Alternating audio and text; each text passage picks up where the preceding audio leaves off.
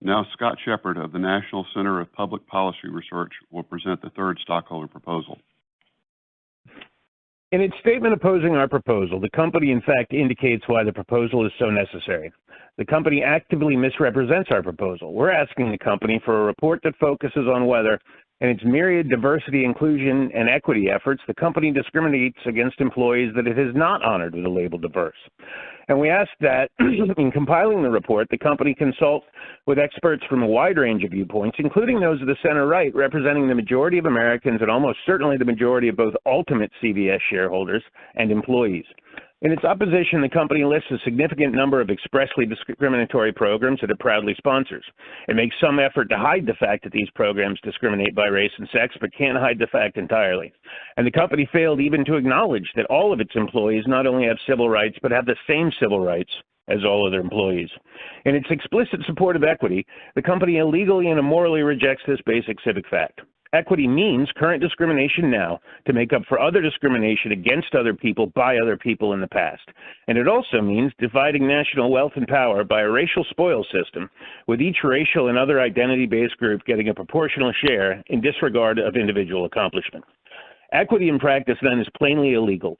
The law protects all Americans from discrimination by race, sex, orientation, and other protected categories, whether or not CVS or hard left critical theory honor them with the label diverse or consider them part of underserved communities. In response to a proposal asking that the company make some minimal effort to ensure that it's not discriminating against employees it doesn't honor with such labels, the company responded by underscoring just how thoroughly it does so discriminate. All shareholders must be worried when the company spends their money to create such massive legal, regulatory, litigational, and reputational risks. CVS admits that nearly half of its pharmacists are racially or ethnically diverse, as are 58% of total employees, while more than 70% are women.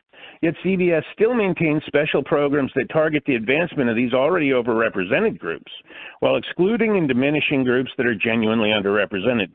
And it sponsors mandatory employee training programs during which white, male, and Christian employees are called out for special condemnation. Yet with all that, the company is happy to report a black colleague support group that non-blacks can join as allies, but somehow no white or male colleague support group to push upper management to stop this torrent of discrimination and hostility against the surface characteristic groups that, as CVS itself acknowledges, are genuinely statistically underrepresented at CVS. I'll grant you that there are a few white men who should be dismissed from CVS.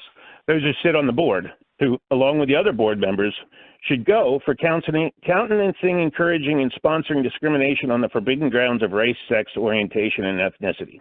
All your employees have the same civil rights. As you can't seem to grasp that, you must go.